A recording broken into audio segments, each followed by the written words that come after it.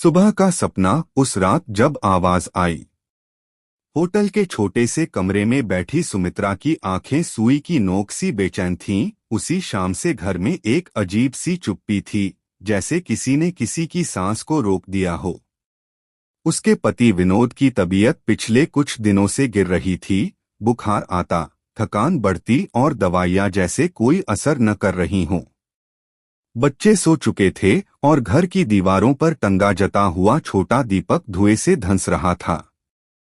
रात ढली तो सुमित्रा ने भगवान के नाम का जाप किया और थक कर सो गई। तभी बीच नींद में उसे एक मंद पर सुस्पष्ट आवाज सुनाई दी, डर मत, उठो और जाने की तैयारी करो। आवाज ने उसे नहीं डराया बल्कि कुछ आश्वस्त कर गया। उसने आंख खोली तो कमरे की यादें एक पल को धुंधली सी लगने लगीं।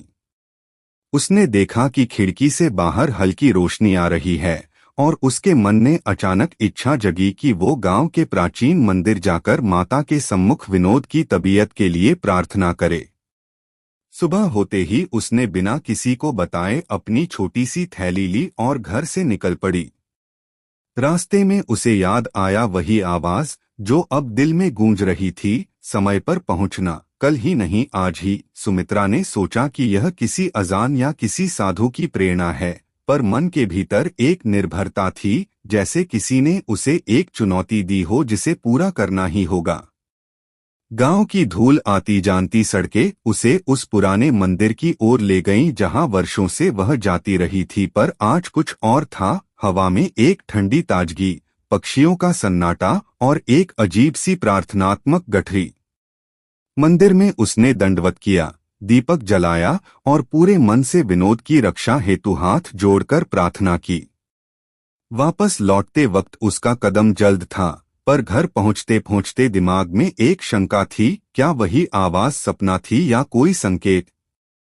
दरवाजा खुला, घर में अंधेरा, बच्चे अभी भी सो रहे। तभी किचन की तरफ से हल्की हल्की चहल पहल सुनाई दी और बाहर से आती किसी की आहट ने सुमित्रा के कदम अचानक रोक दिए। वरांडा पर खड़ी एक वृद्धा ने उसे देखा और मुस्कुराते हुए कहा, अच्छा समय पर आई हो, कुछ होना था कल। सुमित्रा ने हैरानी में वृद्धा की ओर देखा, पर वह वृद्धा अचानक गायब सी हो गई, जैसे हवा में मिली कोई छाया। तभी घर में अचानक हादसा घटा। विनोद की सांसें धीरे धीरे अटकने लगीं और घर में हलचल मच गई। सुमित्रा के हाथ कांपने लगे, पर उसके भीतर जो शक्ति आई वह उस रात देखी गई आवाज की देन लगी। उसने याद किया कि आवाज ने कहा था, डर मत, उठो और जाने की तैयारी करो। किसी तरह उसने पड़ोस के लोगों को बुलाया, डॉक्टर को फोन किया, पर सब कुछ बेकार जैसा लगा। तभी उसके दिमाग में एक नाम उभरा, राधा स्वामी। गांव में कई लोग कहते थे कि राधा स्वामी के नाम का स्मरण चमत्कार कर देता है, पर राधा स्वामी शहर में रहते थे और आने में समय लगता।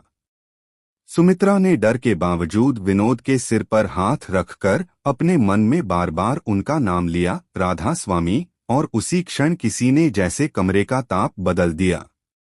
विनोद की आंखें खुलीं, सांस ने फिर से ताल पाया, पर हम सब जानते हैं कि यह तो शुरुआत मात्र थी, क्योंकि वह सपना जिस तरह आया था, उसकी गूंज अब सुमित्रा के जीवन में एक नई आशा जगा चुकी थी। विनोद का धीरे धीरे ठीक होना चमत्कार जैसा था, पर गांव के लोग इसे किस्मत और किस्मत की परीक्षा दोनों मानने लगे। सुमित्रा हर सुबह मंदिर जाया करती और राधा स्वामी का ध्यान करती, पर उसके मन में यह प्रश्न उभरता रहा कि क्या यह सब केवल उसकी श्रद्धा का फल था या वास्तव में किसी दिव्य शक्ति की आहट थी। कुछ दिनों बाद गांव में खबर फैल गई कि शहर से एक साधु मतलब राधा स्वामी का संदेश आया है। उन्होंने सपने में कहा था कि विनोद की रक्षा के लिए एक महिला का अटल विश्वास ही काफी था। यह खबर सुन परिवार और पड़ोस के कई शुभचिंतकों की आंखों में चमक आ गई, पर कुछ लोगों ने इसे संयोग बताया। सुमित्रा के घर पर लोग आते और जाते, सब कुछ सामान्य दिनों की तरह चलता रहा और विनोद धीरे धीरे सक्रिय हो उठा, पर उसकी कमजोरी और फुर्ती की कमी बनी रही। एक शाम जब वे बैठकर खाना खा रहे थे, गांव के कुछ बुजुर्ग आए और बोले कि यह सब देखकर मन में चिंताएं उठ रही हैं। किसी ने सुना है कि राधा स्वामी ने हाल में किसी परिवार में बहुत बड़ा चमत्कार किया। सुमित्रा ने विनोद की ओर देखा और महसूस किया कि यह केवल शरीर की पीड़ा नहीं बल्कि आत्मा की शांति की भी जरूरत थी। उन्होंने निर्णय लिया कि वे राधा स्वामी से मिलने जाएंगे, पर शहर जाना आसान काम नहीं था। परंतु गांव में ही उनका एक परिचित था जो कभी कभी शहर आता था और राधा स्वामी से मिला करता था। उस रात जब सुमित्रा सो रही थी, फिर से वही हल्की आवाज इस बार और भी सुस्पष्ट आई, तुम्हारी श्रद्धा ही रास्ता है, नाम का जप करो और दूसरों में भी विश्वास जगाओ। अगली सुबह सुमित्रा ने गांव वालों को इकट्ठा किया और विनोद की हालत का बखान किया। उसने कहा कि वे मिलकर नाम का जप करें। कुछ लोग हंसे, कुछ आंखें मूंद कर बैठ गए, पर रात्रि भर चलने वाले जप के बाद विनोद की सांसों में उड़ान सी आई। इस बीच एक नौजवान जिसका नाम हरि था, शहर से बसाने आया और उसने वादा किया कि वह शहर जाकर राधा स्वामी से मिलकर संदेश लाएगा। हरि का व्यक्तित्व सीधे सादे विश्वास का था। उसने गांव में लोगों को बताया कि राधा स्वामी केवल किसी एक के नहीं, सभी के हैं और उनका उद्देश्य लोगों को आत्मनिर्भर और आत्मविश्वास देना है। हरि के जाने के बाद गांव में धीरे धीरे बदलाव आने लगा। लोग सुबह मंदिर आने लगे, बच्चों को भी नाम सिखाया गया और घरों में शांति बनी। पर सबसे बड़ा प्रयोग तब हुआ जब गांव के प्रधान ने सार्वजनिक रूप से कहा कि वे राधा स्वामी के बताए तरीके से 1 सप्ताह तक नाम का जप और सत्संग करेंगे। यह निर्णय कुछ के लिए हास्यास्पद था, पर ज्यादातर लोगों ने इसे गंभीरता से लिया। सप्ताह के छठे दिन बाहर से अचानक एक पहाड़ी जैसी आहट जैसी प्रतीति आई, मानो हवा कुछ कह रही हो, और सब लोग आश्चर्यचकित रह गए। उस रात विनोद के चेहरे पर पहली बार वर्षों से स्थिरता आई। उसकी आंखों में न केवल शांति बल्कि आत्मीयता के रंग उभर आए। जब हरि वापस लौटा और उसने सबको राधा स्वामी का संदेश सुनाया, तो गांव के लोग यह समझने लगे कि आस्था केवल व्यक्तिगत नहीं, जब कई लोग मिलकर किसी उद्देश्य के लिए खड़े होते हैं तो उसका असर दमनकारी परिस्थितियों पर भी होता है। इसी बीच सुमित्रा के मन में एक और विचार पनपा, क्या यह सब सिर्फ फलस्वरूप था या वास्तव में कोई आध्यात्मिक हस्तक्षेप था। वह चाहती थी कि वह राधा स्वामी के चरणों में जाकर स्वयं उनकी उपस्थिति का अनुभव करे, पर उसे यह भी डर था कि शहर की दूरी और परिवार की जिम्मेदारियां उसे रोक देंगी। पर उसकी आंतरिक आवाज बार बार कहती रही, जाओ, पूछो और सत्य का अनुभव करो। शहर का रास्ता और साधु की झलक। हरि ने शहर जाकर राधा स्वामी से मिलने का निर्णय लिया और गांव वालों की ओर से उनका विनम्र संदेश दिया। उसने उस शहरी आश्रम के पते का वर्णन किया जो बड़े से पेड़ के ऊपर स्थित था। वहां पहुंचते ही उसने देखा कि लोग बड़ी श्रद्धा से साधु के पास आते और उनके शब्द सुनकर जैसे जीवन का भार हल्का कर लेते। हरि ने जब उनसे विनोद की दैहिक और आत्मिक स्थिति का वर्णन किया तो साधु का चेहरा गंभीर हो उठा, पर उस पर कोमलता की परत भी थी। राधा स्वामी ने कहा, नाम का जप केवल शब्द नहीं है, यह विश्वास का संपूर्ण अभ्यास है। जब किसी का मन शुद्ध न हो और भय हो, तब नाम ही उसे स्थिर कर सकता है।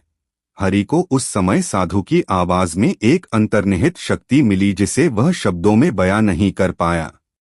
साधु ने हरि को कुछ मंत्र और साधारण ध्यान की पद्धति दी और कहा कि इन्हें पूरी श्रद्धा से गांव में कराओ। साथ ही उन्होंने हरि से कहा कि वह स्वयं भी गांव आएंगे, पर समय की बाधा है, पर जल्दी ही संभव है। हरि के लौटने पर गांव में उत्साह का माहौल था। लोगों ने मिलकर मंत्र और ध्यान सीखना शुरू किया। पर जितना उत्साह था उतनी ही बेचैनी भी थी। कुछ लोग अभी भी संदेह करते थे कि क्या यह सब केवल मानसिक जागरूकता का प्रभाव है। पर वह रात जब सुमित्रा ने फिर से सपना देखा, अब वह सपना और अधिक स्पष्ट था। राधा स्वामी की एक धुंधली परछाई आई और कहा, जो लोग खुले मन से आते हैं उनको मैं अपनी छाया देता हूँ। इस संदेश ने गांव में विश्वास का वह बीज बो दिया जो कठिन परिस्थितियों में भी अंकुरित हो सकता था। समय गुजरता गया और विनोद की हालत में स्थिरता आ गई, पर पूरा स्वस्थ होना अभी दूर था। तब गांव के कुछ लोग सजगता से यह विचार करने लगे कि केवल जप और ध्यान ही पर्याप्त नहीं, उन्हें उस जीवन शैली को अपनाना होगा जो संयम और सेवा पर आधारित हो। सुमित्रा ने घर में नया नियम लागू किया, सुबह का जाप, दोपहर में सेवा कार्य और शाम को सत्संग। यह क्रम तनिक कठोर था, पर उसमें एक अद्भुत सादगी थी जिसने घर को भीतर से बदल दिया। बच्चे भी इस क्रम में शामिल हो गए और उन्होंने मित्रों को भी बुलाना शुरू किया।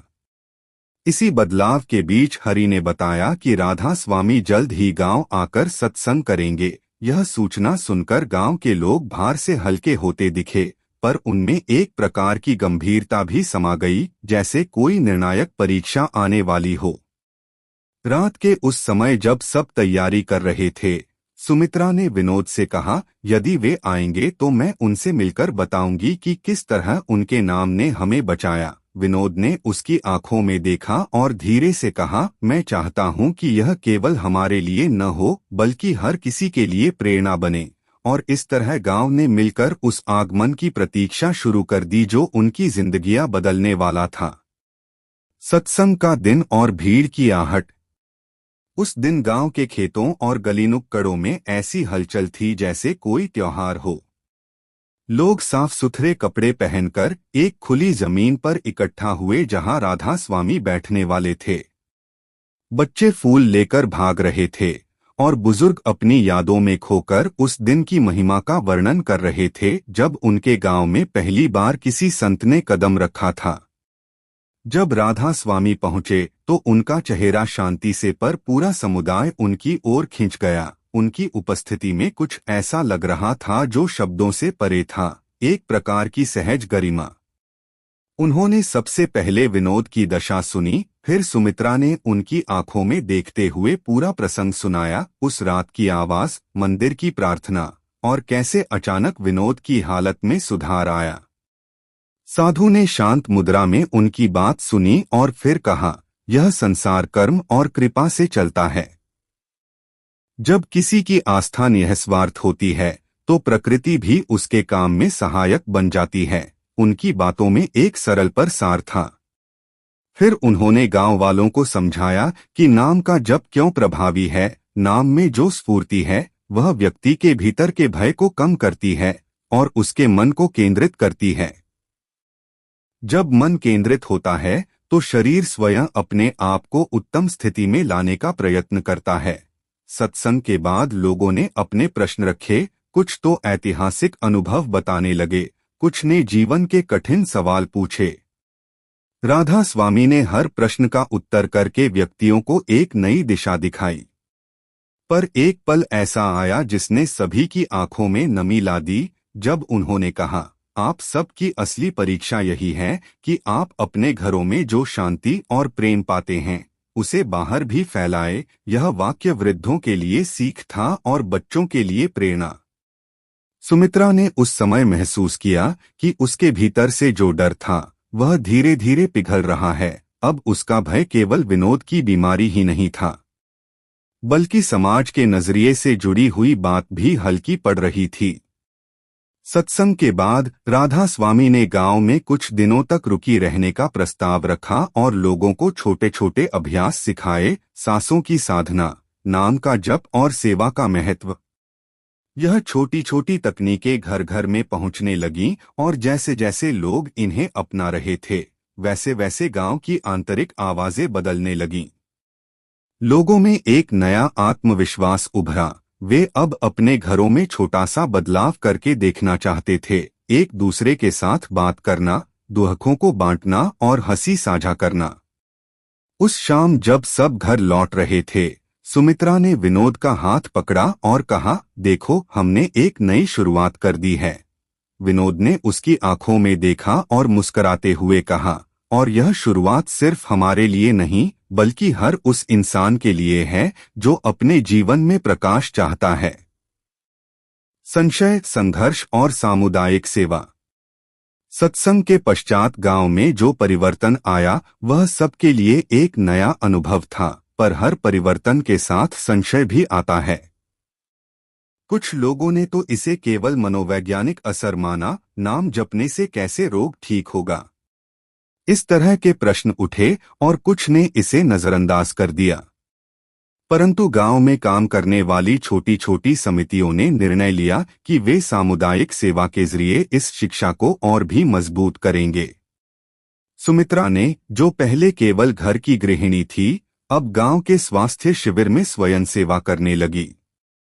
उसने देखा कि लोगों में जब बातचीत खुली तो कितनी तकलीफें साझा हो जाती हैं और उनका हल मिलकर निकाला जा सकता है।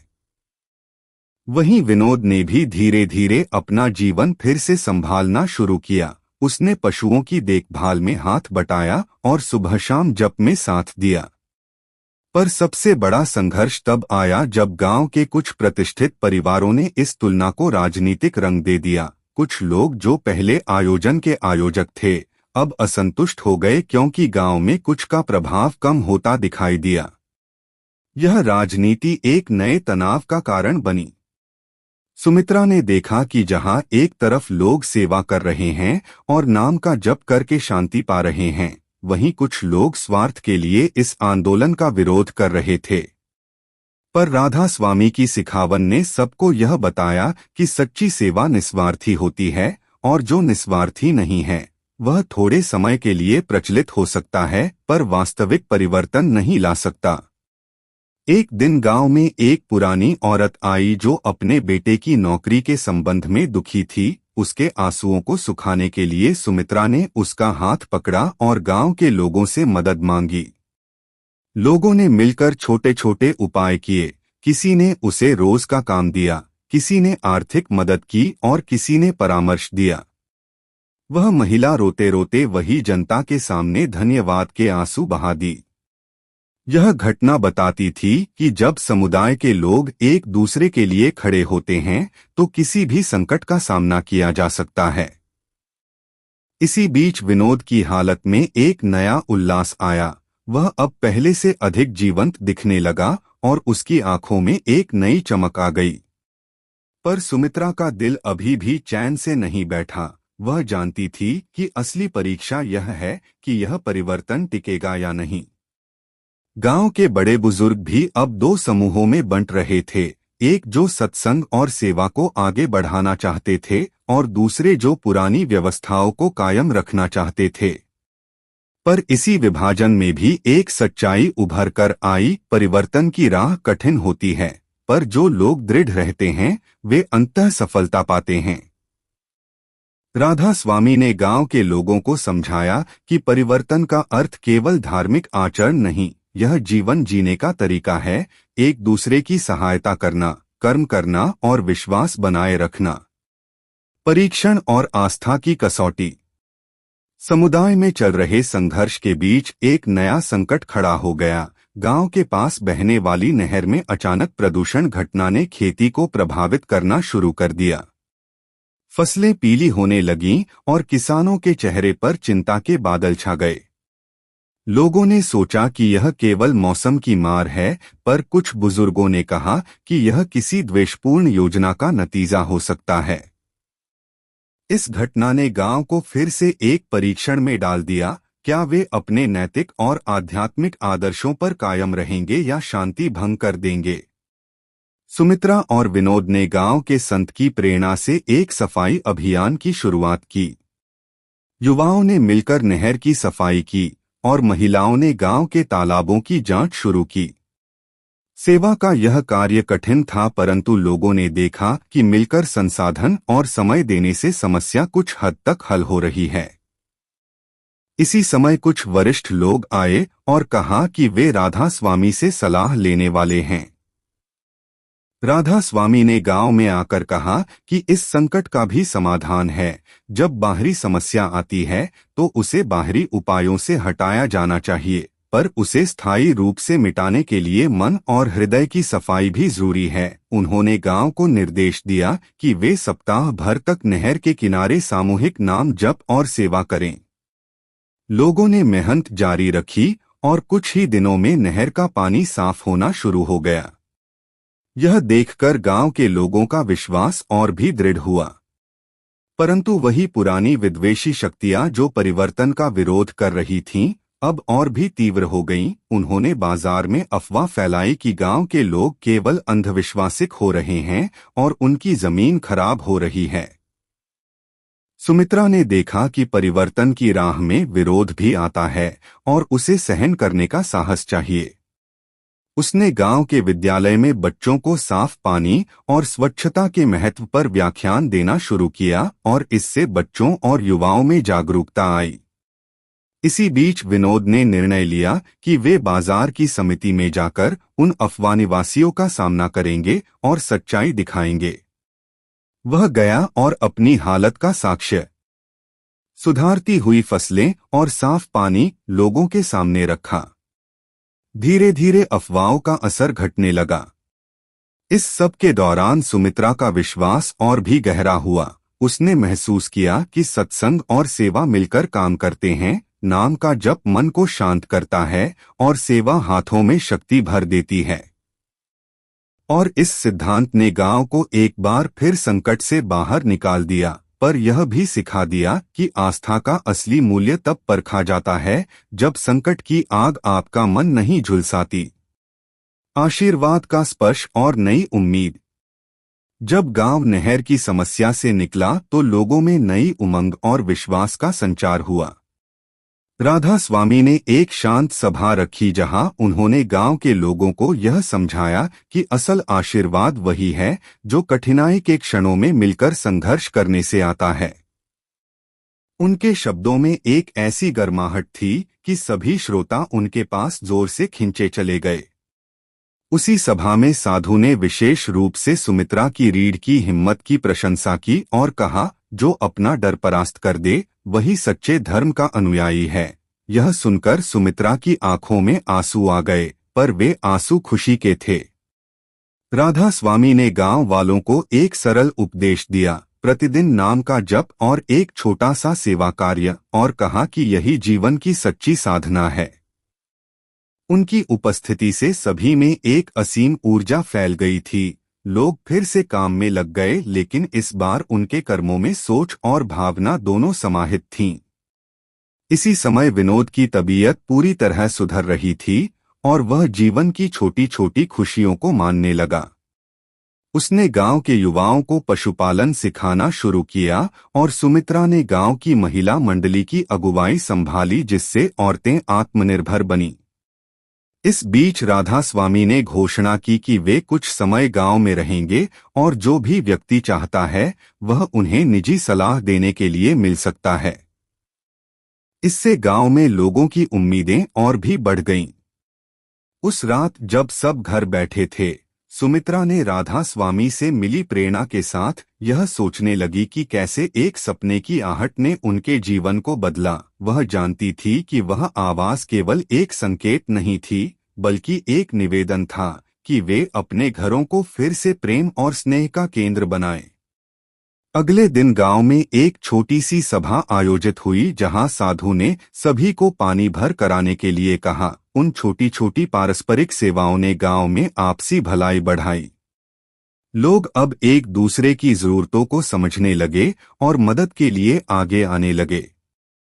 कुछ दिन बाद एक मनोवैज्ञानिक अध्ययनकर्ता गांव आया और उसने देखा कि जो गांव पहले बिखरा हुआ महसूस करता था, अब एकता और सहिष्णुता की मिसाल बन चुका था।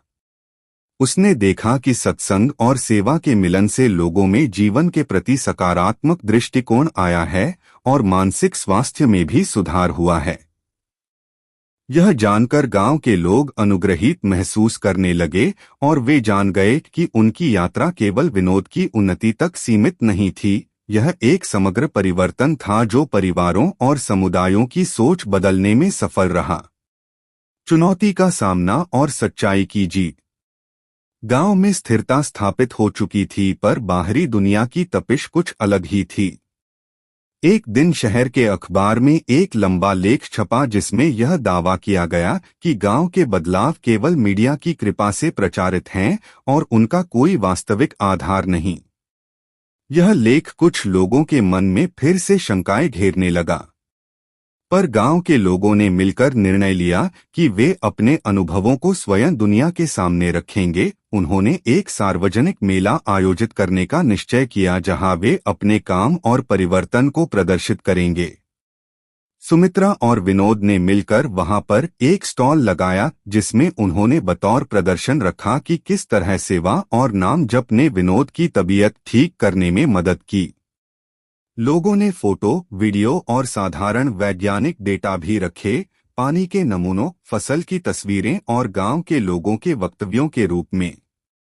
यह सब देखकर शहर के कुछ आलोचक भी प्रभावित हुए। वे देखकर चकित रह गए कि किस तरह एक छोटे से प्रयास ने जीवन में स्थायी बदलाव लाए।